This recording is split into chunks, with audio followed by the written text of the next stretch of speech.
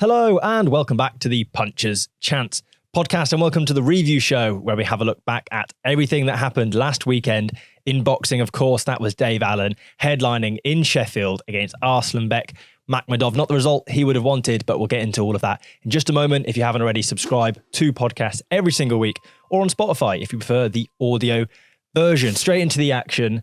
Dave Allen, it was meant to be the career resurgence, the moment that defined him, his moment in Sheffield, and to put it plainly, I think he didn't quite show up on the night, or certainly wasn't good enough. What did you boys make of the performance? I think he showed him too much respect more than anything. It almost felt, I think, more so after seeing his interviews afterwards, he was honest, to be fair. He just said, I was beaten by the better man, he's too good. But I don't know whether he had that mindset going into the ring beforehand, and that's never going to help, is it? Like, especially when it's such a big fight. But I thought personally it was the best I've seen Makhmudov box, in terms of, I didn't think he had the capabilities to box the way he did for 12 rounds. I thought he done very well. I only give Allen probably 1-2 rounds at most, but yeah, he just seemed as if he'd run out of ideas. And if you're not fitter than Makhmudov, you're always going to struggle, because I think that's the one thing that every heavyweight really should have against Makhmudov, going up against him. But even with that, I think he struggled. So he didn't really have much of a chance to pick up the win, I don't think. Do you know what I think as well? When you look at the rounds itself, you said 2 rounds, even the rounds that Makhmudov had a point deducted, it was a 9-9 round. You know, it was that dominant from him. And listen, we all sat here last week and predicted Dave Allen to win. Me and you went, I think, stoppage. You went decision. We all didn't want to believe it, did we? We all wanted to see who of us looks more stupid after those predictions, exactly. Me or you. But we didn't want to buy into it that Makhmudov's going to come over here, first time fighting in Britain and all that, and ruin the party in a way. He didn't ruin the party, in my opinion, because Dave Allen showed something that he hasn't shown before, and a lot of heart. Because imagine if that was Dave Allen a couple of years back. You know, you look back to the David Price fight, the Fraser Clark fight. You know, he got stopped and he left that fight without finishing. And he said to his corner, I think there was talks of pulling him out at round 10 after the round 9 or something. He didn't want to get pulled out. He did what he wanted to do, and he's just it's disappointing for him. But it just shows the levels in boxing, don't it? From British to world, and in between that is such a big jump as well. Yeah, to a degree, I do agree, and I think it shows, because obviously Arslanbek Makhmudov has more of an amateur pedigree. He is a good fighter, and outside of Guido Vianello and Ajit Kabayel, who, let's be real, particularly Kabayel made him look so poor, which probably is more reflective on Kabayel's ability than anything else. But I think there is a world still where Dave Allen could have won that fight, and it's a world where he comes in and he's the Dave Allen that we were led to believe he was going to be. And I think part of the problem for me, you know, there was the big thing, shape of his life. Look at what shape he's in. He weighed in 10 pounds heavier than he did in the first fight against Johnny Fisher. That's not a fit and ready Dave Allen. And if he'd come in there and backed his tank, backed his energy, and thought, yeah, I can outwork Makhmudov, and done that, I think he could have won that fight. And I don't want to make this like a hate watch on Dave Allen at all. I absolutely love the guy. I think he's brilliant character. I'm so gutted that he didn't do more against Makhmudov, and that is why I'm saying I don't think he was the best version of himself. Not because I want to kick him while he's down, but actually because I just wish he'd shown more. Do you reckon he got the game plan wrong? I don't think he got the game plan wrong. I think he got the game plan that he had to, but there is a world where you can come in fitter, faster than Makhmudov.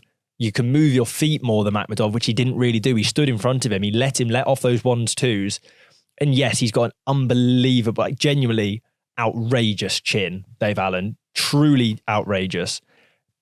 But it's going to take the energy away from you. And in a fight where energy is what's going to win you it, don't stand in front of him and let him tee off on you. Like, just work past it, work through it. And you could hear the commentary the same, just desperately wanted him to do something. I was going to say, you could hear Tony Bellew, I think, at one point chucked his headphones off and was shouting. But yeah, I totally agree with you. I think it was just purely, like, when have we ever seen Makhmudov like pressed into a corner and he's shooting off a combination and then spinning round and getting to the centre of the ring? Like, those were, I was sat there and like, I was gutted for Alan, just because I thought those moments, he did catch him with one or two shots, but like, it was just, like you said, when it's time to just go for broke and empty that gas tank, it just felt like he didn't really want to fully commit because, and like, I don't blame him, because what's coming back at you and those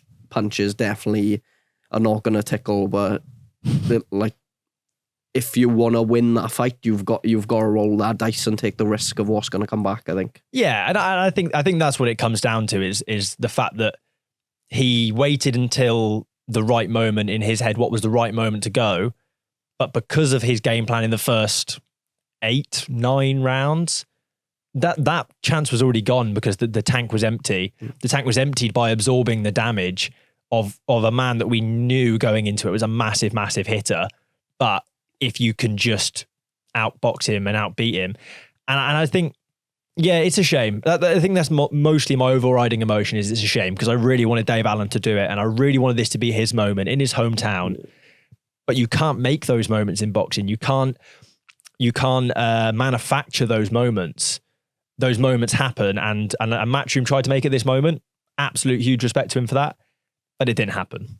It didn't happen, and I think you look back to some of those rounds where you like, go on, like, come on, like, get on top of him. You know, he just needed that extra push, but it seemed like Makhmudov would hit him with a combination of like 3, 4, 5 shots, and Dave Allen would only get 1 or 2 in.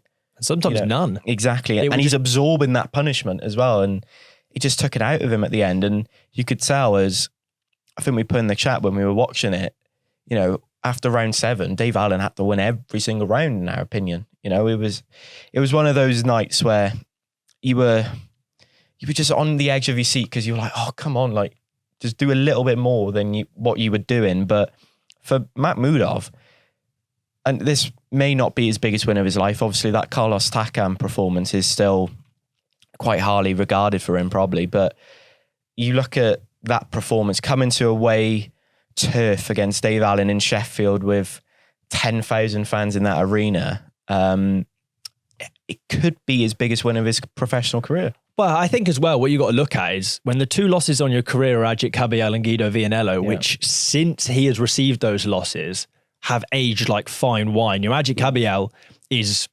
arguably top 3 heavyweights in the world right now. Guido Vianello is almost certainly one of the most underrated heavyweights in the world right now. Or if I'm anyone in the top 10, 15 of the heavyweight division, I'm thinking twice before I fight Guido Vianello. Not because I don't think they should be able to beat him. Of course they should, but he certainly represents a difficult challenge of some form. So from Arslanbek Makhmudov's point of view, is he a top 10 heavyweight? No. Will he ever be? Probably not. But he's a 15, 20 probably, if I'm being honest, top 20 heavyweight. And Dave Allen's not that at this stage of his career at this point. Do you think someone like Fraser Clark would have performed better than what Dave Allen did? Yes. And I think you have to look at the fact that Fraser Clark, what he did to Dave Allen, you have to say off the back of that, his only loss of his career comes to Fabio Wardley in a fight he drew once before and actually, in a number of people's eyes, won that first fight against Fabio Wardley, albeit it was very, very close and a draw was probably fair. And off the back of that, Fabio Wardley has a chance to become a world champion in one fight's time. Dave Allen would have had to have 3-4 of those performances, or not those, the performances against Johnny Fisher, to be in a world title picture. So, like you kind of alluded to, and it kind of goes back to what Adi Oladipo said to me on the podcast I did with him. There are levels to this game, and there's levels to world level, and there's levels to world title level. There's so many levels, and Dave Allen was not at the level of Arslanbek Makhmudov, and I think Fraser Clark has proven in the past he's probably above the level of Dave Allen as well. But the level he's at is a very, high level. British level absolutely. is, for some fighters, you look at Johnny Fisher, that's like that's his mountaintop now, ain't it? So for Dave Allen, he said after it, even if he doesn't get the win, he said he's going to have like a sort of 8-round comeback fight, possibly trilogy with Johnny Fisher down the line. Some people are even calling for that rematch with Fraser Clark, which, who knows, maybe I don't think smart for him. And then the other discussion he can probably have with himself is just go to himself, what do I need to prove anymore now? I've had back-to-back paydays. Why not just, hang up the gloves and, join this side of the boxing ring, commentate on fights? Because, you see him on TalkSport for one of the fight week build-ups. I can't remember which one. It was Usyk Dubois. He was really mega. good. He was unbelievable on there. So, there's a career for him, but who knows? But he can, as much as it was disappointing, I think in a sense he can be proud of his performance, because a couple of years back, you would never have pictured Dave Allen selling out the Sheffield Arena in a million years. No way. I think interestingly as well that actually after that fight, Eddie Hearn revealed they've already had 2 fight offers for Dave Allen. It's almost as if as a loser in that fight, he's more commercially viable than he was as a winner, because he still represents that big fan base. And the atmosphere within that Sheffield Arena, considering it never really got started fight-wise, from the walkout to the points in which they were getting behind Dave Allen, was a mega. Or certainly it appeared to on the television. I don't know what it was like in the arena, but I can only imagine it would have been great. So, Richard Torres Jr. was a name that was thrown around, and I don't necessarily think that makes sense as a fight for Dave Allen by any means, but commercially, I think he probably still does have a fight or two left in him. Does the Deontay Wilder fight make any less sense? I think Arslanbek Makhmudov does something similar to Deontay Wilder. I don't think that's a contest. So, commercially speaking, there's still fights out there for Dave Allen, and there's trips to Pepper Big World to fund. Maybe he might push the bow out, Flamingo Land, somewhere like that. I'd really like to see him get a crack at the British title.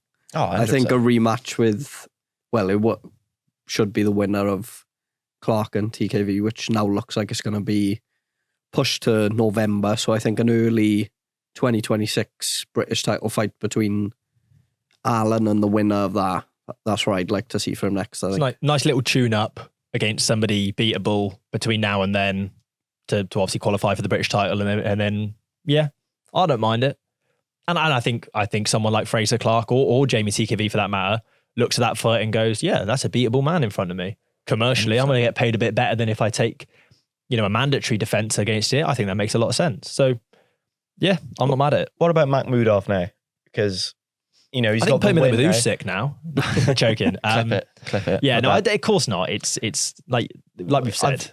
Scrolling on X coming in today, and I was looking, and the one name that some people have put him up against now is Moses Otaima, December 13th. Don't think it. I need to see it. I know Moses Otaima is a better fighter than Makhmudov. He style-wise would be a nightmare for Makhmudov. He'd blast through and like you say, he'd blast. It'd be like the Marius Vac fight. He would absolutely blast that's him out. That's what I was trying to compare it to. So, the sort of no one stopped this guy. And he's going to give him rounds. 2 people have stopped him and made him look pretty meaningless in the process. Style-wise, I don't learn anything from watching Moses Otaima beat Arslanbek Makhmudov. But I think for Makhmudov, fights-wise, obviously AJ's the voice in his mouth. For obvious reasons, AJ represents a huge payday. I think they feed him to AJ. I think they do. I think that is what happens. Fight ready then that for a big tells fight. me then, I know it probably wouldn't have happened, but if Dave Allen won on Saturday night, then that tells me that Dave Allen's in a position to fight a former 2-weight world champion. He would have fought Joshua probably. But he's not fighting Joshua for a world title. No, you can fight whoever you want. Allen's getting... Basically, they'd look at it, they'd turn to Allen and go, you were getting a massive payday to get essentially knocked out, if not beaten pretty bad. Joshua looks good, and then he can kick on. I think Joshua fights Makhmudov, win or loss against Dave Allen. I think that was the idea, was that he represents this kind of looks scary, looks the part, quite a good talker in fight week. I quite enjoyed his presence Unexpected. in fight week. not the man he looks like, but in terms of he's not that scary kind of nasty guy that he appears to be. But that's the kind of narrative you can sell. And I think he's a top 20 heavyweight that AJ really should be, and I think would blast out of there. But he's a better fight than fighting a journeyman or some Mexican they can find that'll come over. Then I can see it. We're not putting another Mexican in with AJ. Exactly. There's that comes with its own issues. A chinny Mexican's not what you need. But yeah, it's interesting. I think Makhmudov AJ for Makhmudov makes the most sense. For him. I don't know if it's the best fight for AJ, but I think it's the fight we'll probably see. I think it just makes sense as a warm-up fight for him. Coming off a injury layoff, I think it'll allow him to look good, probably get a couple of rounds in. Yeah. Let the right hand go plenty of times. It depends what hat you put on, isn't it? If you put on your promoter's hat, it's AJ Makhmudov every day of the week. If you put on your fan's hat, the Guido Vianello fight probably makes a bit more sense because it's exciting. If you put your dreamer's hat on, then you go straight into the Tyson Fury fight or Bacoli in Africa or something that really fun like that.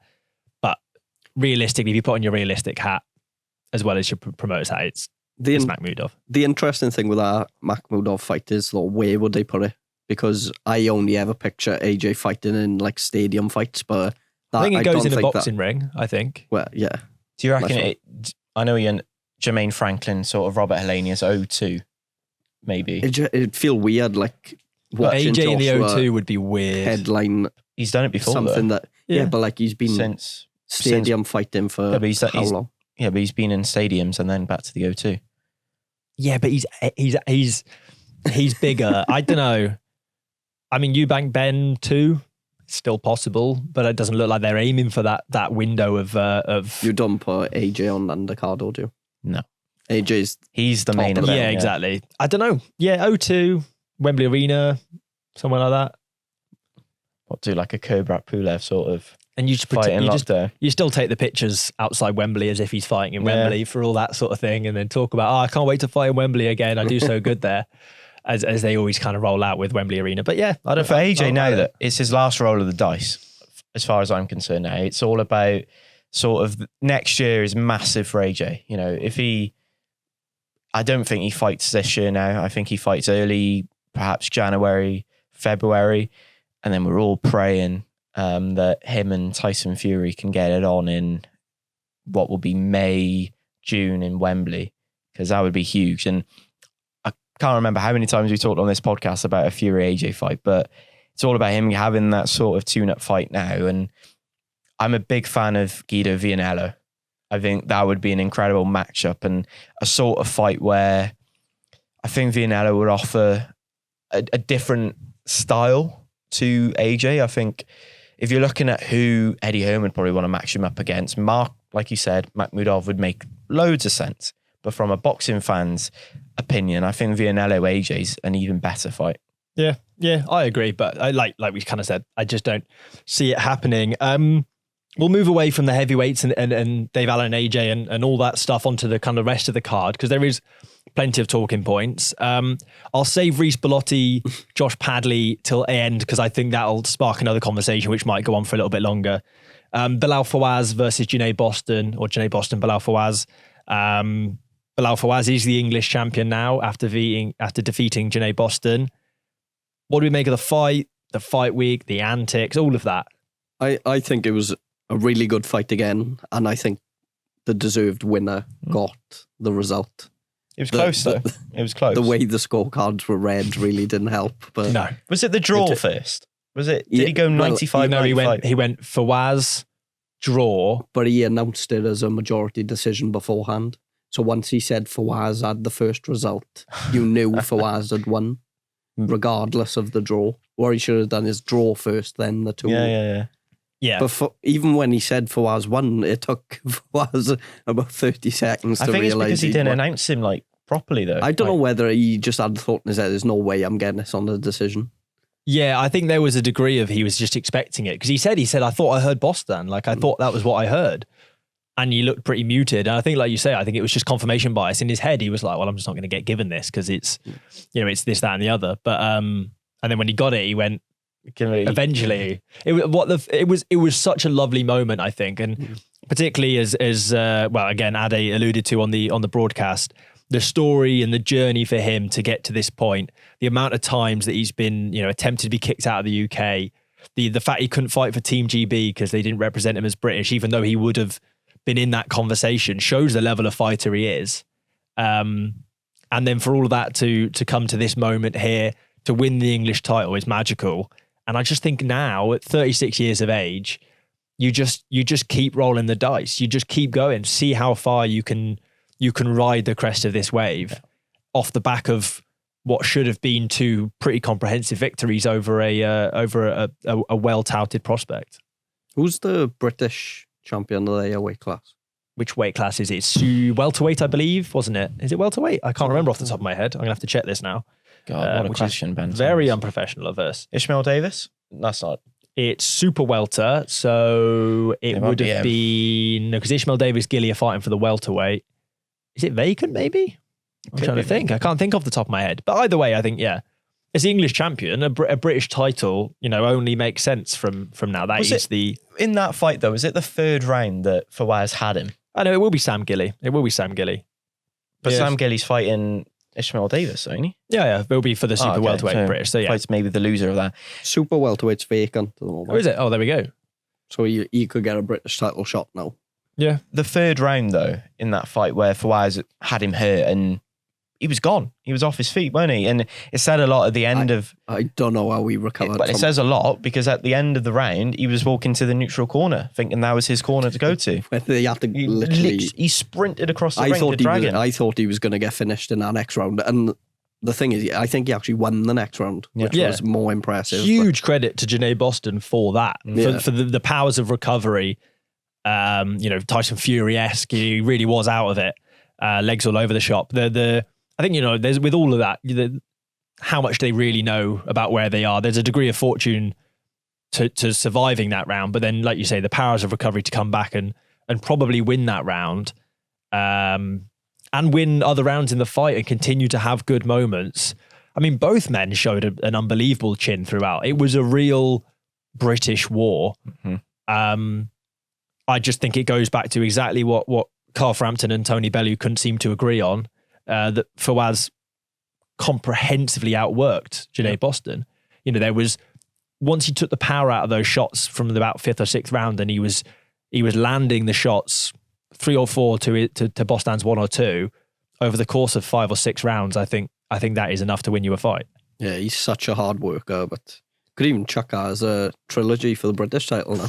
I mean, yeah, absolutely. Just go again. The British title's vacant. Just one of you can try and win that now. It does feel like one of those fights where the first two were so good. Yeah. It was a bit like Joe Flint and Campbell Atom, weren't it?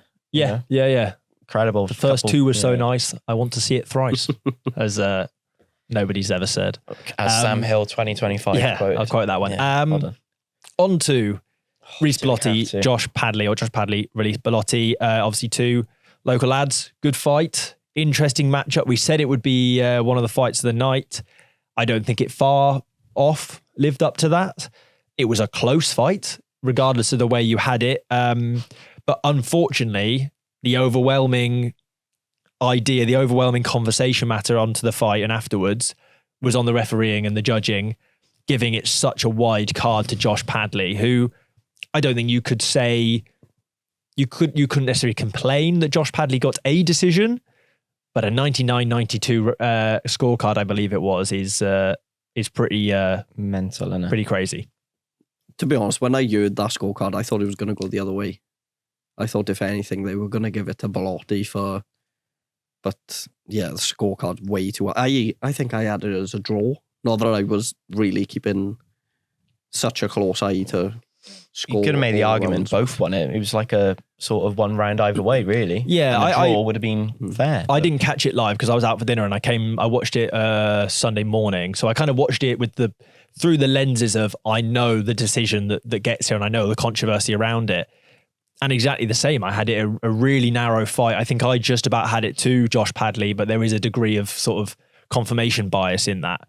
But there's absolutely 2 or 3 rounds where I could have said, yeah, Bellotti won that round.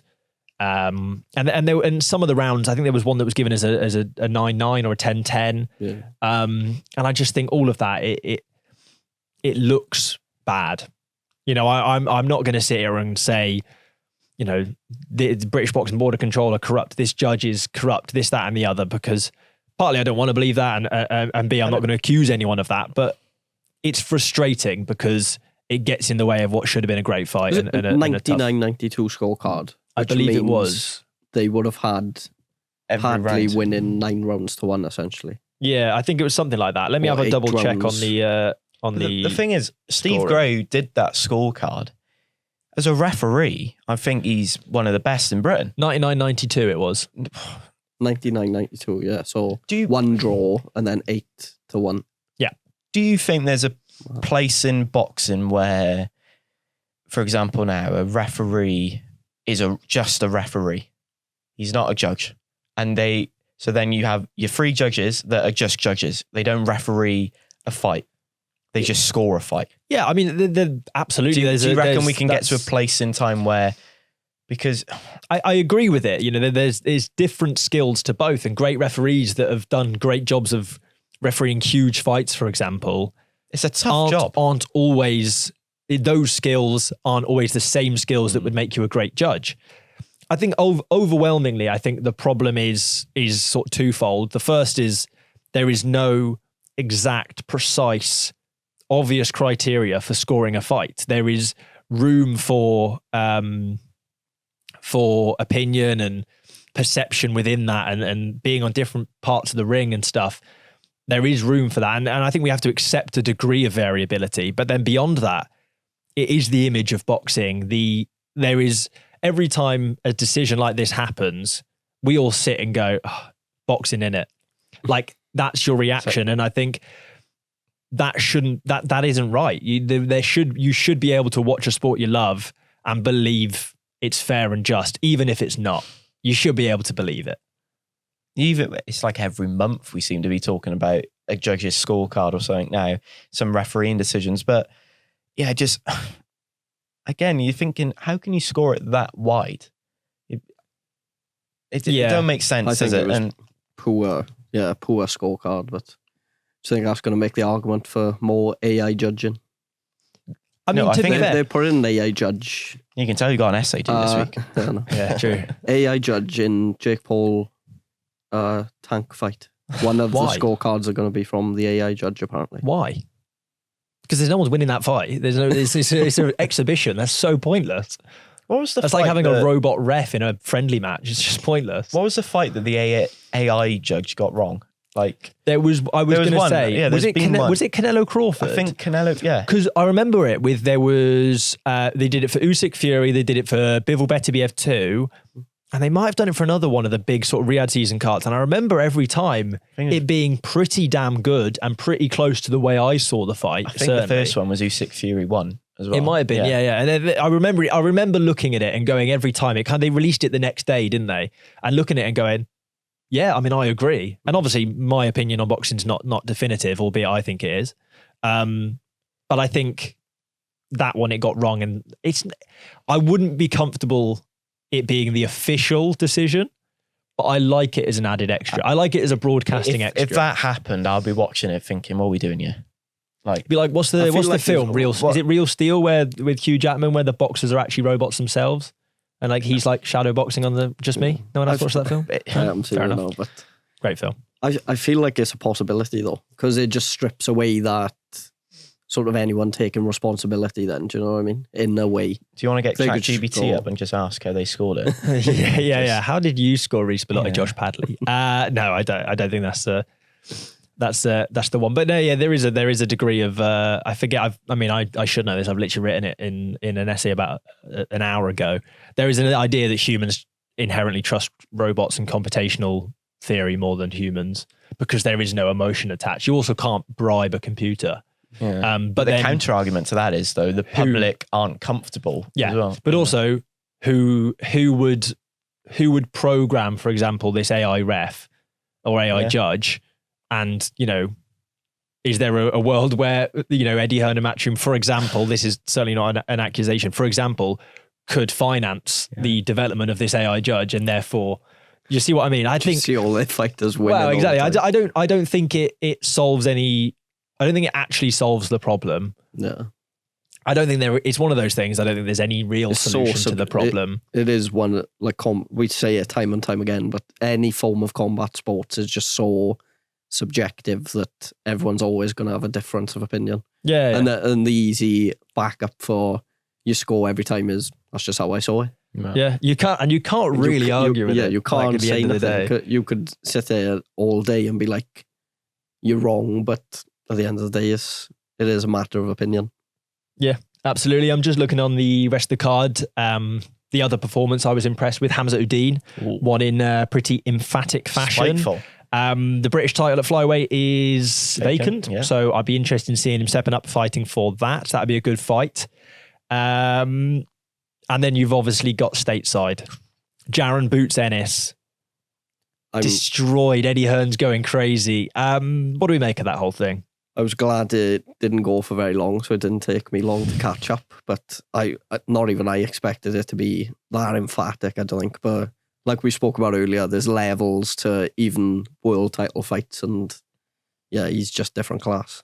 Yeah, he's very, very good. I don't think Lima represented a real challenge for him at that level. You know, he's got a loss on his record against Aaron McKenna, who we watched, albeit dismantle Liam Smith. He's not an out-and-out world-level fighter. He's not even a proven world-level fighter yet. I think he will become that, and I think we'll see that. I rate McKenna hugely, but Lehman's obviously lost to him on quite a wide unanimous decision. It's a fight Boots should have been winning, but optically, when you move up to 154 and you knock someone out in the first round and people go, oh, now he's got power at that weight as well, like, that's a scary proposition. I'm excited. There's great fights for him at the level. Really great fights for him at the weight division. It may sound weird what I'm about to say, but he seems to fight like he trusts his chin. Like he knows he's got a hard chin, and he knows that whatever's coming back at him isn't going to affect him the way he fights sometimes. And it'd be interesting to see now. Obviously, that was his first fight at 154, yeah? Yeah. So it'd be interesting to see, the next sort of, where does he go next and how does he approach that fight? Because do they go for that big fight straight away next? No. I think they chase belts. Absolutely, I think they chase belts. I think Virgil Ortiz... you've just had Fundora Keith Thurman called off for injury. Well, that's the official news. Ismail Madrimov. There's lots of fights out there. Matchroom. I don't think that one happens, but there is enough brilliant fights. It's a very competitive division. Is it the most competitive? I think you just get mixy. It's in the conversation. Yeah, absolutely. Maybe light heavyweight. Fight. Below the sort of Beterbiev Bivol, light heavyweight division's pretty stacked. Yeah. I think it's the Ortiz fight they want, isn't it? Yeah. Because he's with, is it Golden Boy he's with? Yeah. Ortiz is Golden Boy. You know what Eddie and Oscar are like. They want to... That would be very good build. Have their little... even just, I mean, I suppose as well, you've got the likes of, say, Boachuk, Tim Tszyu, that kind of are periphery world level or previous world title holder fighters that you could look at and go, okay, that's a good warm-up. Sure. But the guy has had enough warm-up fights in his life. I know it's a new weight, but we talk about it like it's a new career. He's boxing. It's the same sport. You've just got a few more pounds on you. Yeah. Get in there, get mixy. Prove you are the guy you say you are. I believe Jaron Boots Ennis is the guy he says he is. I don't think anyone thinks he's the guy that Eddie Hearn says he is, because Eddie Hearn says he's, the guy, or the future pound for pound number one. Eddie Hearn is very good at that, though. Oh yeah, no, fair play. I rate it. In terms of his job, he's very good at what he does. He can make you think that some guy you walked out of the pub with is a world. Yeah, he could sell me sand on the beach. Like he really could. He has that confidence. But yeah, Boots Ennis will be that guy, I think. And as will perhaps Giorgio Visioli. First and foremost, fan of the podcast. Big up yourself, Giorgio. Yeah, thanks for the comment. Yeah, beyond that, great fighter, another confident win, comfortable win. Not the emphatic finishes that we saw in the early portion of his career, but albeit a very, very confident and competent performance. More rounds banked. That's the way I look at it. He's had that experience now, like we talked about last week, of going over to the States and sort of having that, like I said, experience of different time zone fighting, getting used to fighting and all that. And it was a great performance, actually. I think it was a 80-72 scorecard as well. So massive. And it's quite funny. You literally turned off Dave Allen and Makhmudov. And as soon as that finished, Visioli was walking to the ring and he was like, oh, perfect. Timed. Yeah. What a Saturday night. But no, he'll learn a lot from that fight. And this sort of period now is probably really crucial for him. You know, he's taking these 8-rounders. It's pointless blasting your opponent out of there within 2 or 3 rounds. Just go the distance, you know, work on stuff under the lights. That's what I really liked as well, actually, because there was a number of points, I think, either in the first or the second, and then in sort of the mid rounds as well, where he landed a good shot. He had his opponent slightly buckled at the legs, and he went through the gears and he pushed a little bit. And then when that finish wasn't coming, it was evident that finish wasn't coming. He just dropped it back down in gear, went back to the stuff that had earned him. And I think, albeit fans love knockouts, fans love stoppages, fans love excitement, from a fighter's point of view, that's almost even better. It's even more indicative of a smart fighter, a thinking fighter, that he hasn't gone there and blown his gasket in the second round thinking he's going to get a stoppage. And if it didn't come, he's got 6 really difficult rounds ahead of him. He made it easy for himself, which I like. I think that sometimes there's only so much you can learn as well from blasting out essentially punching bags in the first or second round. Like I said, sometimes it is good to bank those rounds, get the experience, get and just the overall experience of fighting on an undercard in America as well for the first time, fighting in Philadelphia, which is a massive boxing place in That's probably a tick for him, ain't it? Yeah, big. It's a bucket. Probably is for It'd be many interesting to see if he boxers. ran up the Rocky stuff. I've literally seen a video with him. And, Did he do him it? and Sonny Happy Edwards done days. it. Of course, They he done does. like a little skit where Sonny Edwards stopped halfway up the stairs because he was too tired. But Yeah. No, it's like you say, bucket list moment. Yeah. All of this. You don't want your first fight abroad to be your world title fight, and you learn a lesson or make a mistake in that fight week building up to it, where you go, if I just knew that going into this fight, then I would be better If I placed. flew over there on a Sunday instead of a Monday, you know, those things you learn, and you know, you got a long career ahead of him. He's a young guy, but he's doing all the right things. And I think 100%. You know, as British boxing fans, we are guilty of getting overexcited. But almost when fighters are doing things the right ways, I think it's hard not to. Because, you know, if he was blasting people out there in his first 7 fights, then you'd still be asking yourself questions. Can he do it over the length of the fight? Can he take a shot? Does he know this? Does he know that? The answer is probably yes. when you look at the amount of really good prospects or suggested good prospects the Matchroom have as well, even though they're constantly giving them opportunities, you don't often see a prospect given an opportunity like going out to America on a big card like that. Like that shows, I think, the sort of trust and the expectation in a way that Matchroom have on someone like Visioli, and knowing that early on they want to get his sort of brand and as many eyes on him as possible because they know what's coming in the future. Yeah. What is next, do you think? Do they cash in on the commercial fight, try and get someone like Kermel Moton? Do they start working towards the domestic titles, the English and the British? I think there was talks. I think you'll online. have a couple of domestic fights first, pick up a couple of domestic titles, then once they've looked into those international belts to get you world rankings, then maybe that's the time they go for the more commercial fight. I think that might make a bit more sense because I feel like those two fighters are still quite young, and so you don't necessarily need to chuck them because at the end of the day, one of them are going to lose that fight, and you're taking a bit of a hit then in terms of where you're at. Even though they're both very good fighters and are expected to go to a decent level, you still don't want that loss regardless of where or when it is in your career sometimes. So interestingly as well, this was his first fight up at lightweight as opposed to super featherweight. So I don't know if that's the plan going forward or if it's just an option to be able to get out more consistently. As you do sometimes see fighters sort of campaign at a certain weight and then drop down when it comes to the titles because it allows them to be more active, not take as much out of their body in terms of the cuts. but also you're going in against guys who can take a shot a little bit better, and if you're a big puncher, then that has its benefits. I don't know. We'd have to. If you're watching, mate, if you're still watching, let us know, because I'd love to know if that's the plan going forward, or if it's. But it's certainly there's some big fights at lightweight for him. When you're looking at Cameron Vaughan, Gavin Gwynn coming up, which we'll be talking about on our next episode. Hopefully there should be there has been an announcement, so that fight we'll be seeing. But there's options.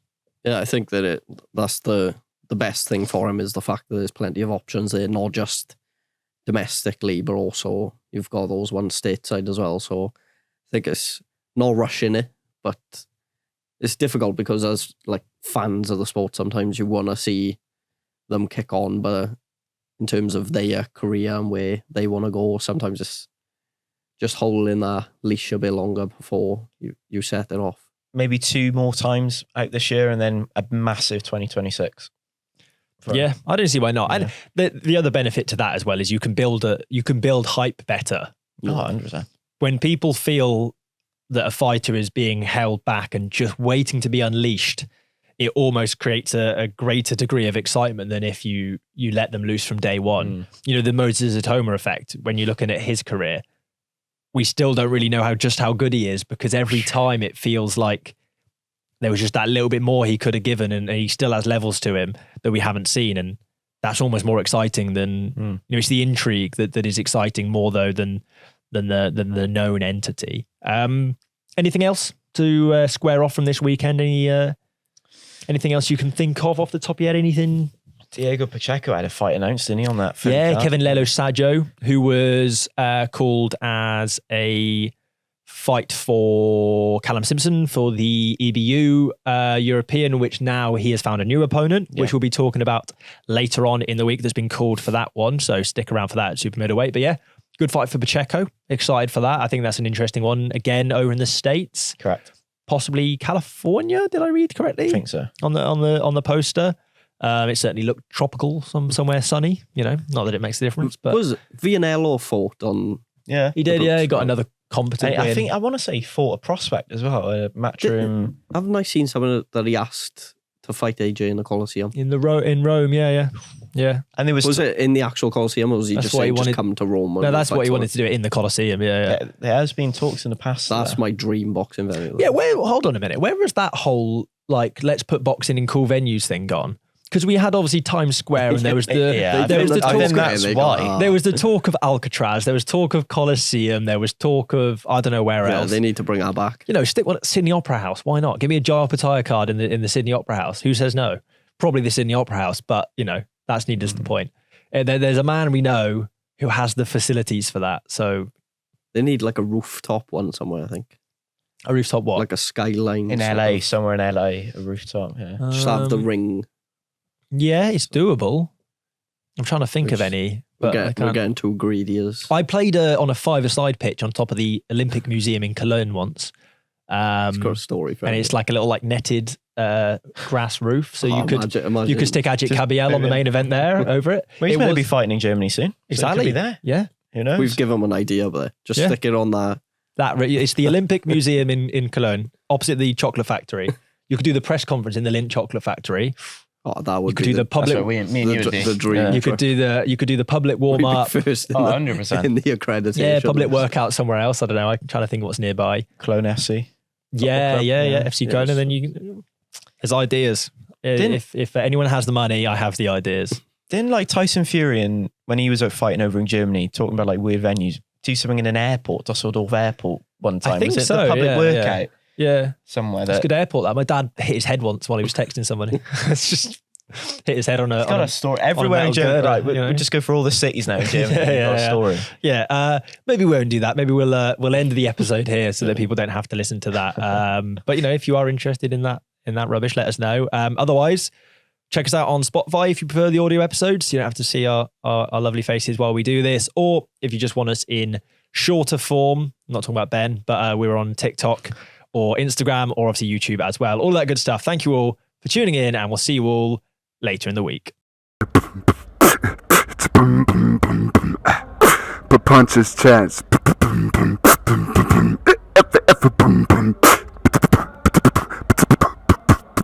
Punches Chance podcast.